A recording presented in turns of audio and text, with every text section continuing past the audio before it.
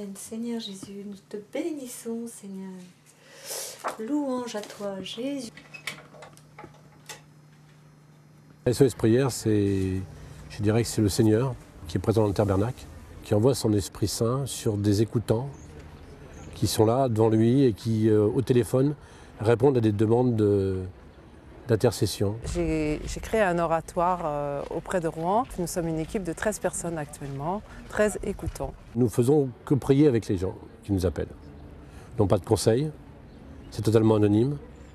Nous sommes là uniquement pour donner la présence du Seigneur, pour les soulager, pour les reposer, pour leur donner la paix. On écoute 5 heures un soir de la semaine. Et c'est réparti en 2 créneaux de 2h30. Et nous sommes seuls à chaque créneau. Le téléphone sonne et la personne qui est là et qui écoute, qui est devant le Saint-Sacrement en train d'adorer en fait. SOS Prière, bonsoir. On se rend compte que beaucoup de personnes croient à la prière et même beaucoup plus que de personnes pratiquantes. Il y a plein de gens qui croient à la prière. L'Esprit Saint est présent et l'écoutant prie avec elle, choisit une prière. Seigneur, viens remplir nos cœurs de ta miséricorde. Viens pardonner tous nos manquements.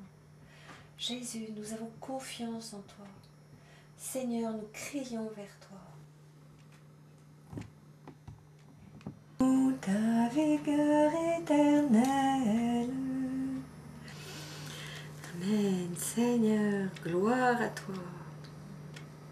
Du psaume 119. Rappelle-toi ta parole à ton serviteur. Ça apporte une grande paix et je dirais un détachement progressif par rapport à l'esprit du monde.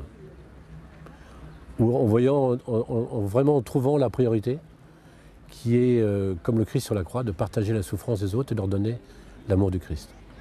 Et ça me permet, moi, de mettre la prière vraiment au cœur de ma vie, de me rendre compte que Dieu peut nous répondre et pour plein de petites choses et aussi pour plein de grosses choses importantes. Pour moi, c'est le témoignage qu'il est là vraiment vivant au milieu de nous. Ça m'a appris à accueillir chaque personne qui appelle et plus largement chacun tel qu'il est.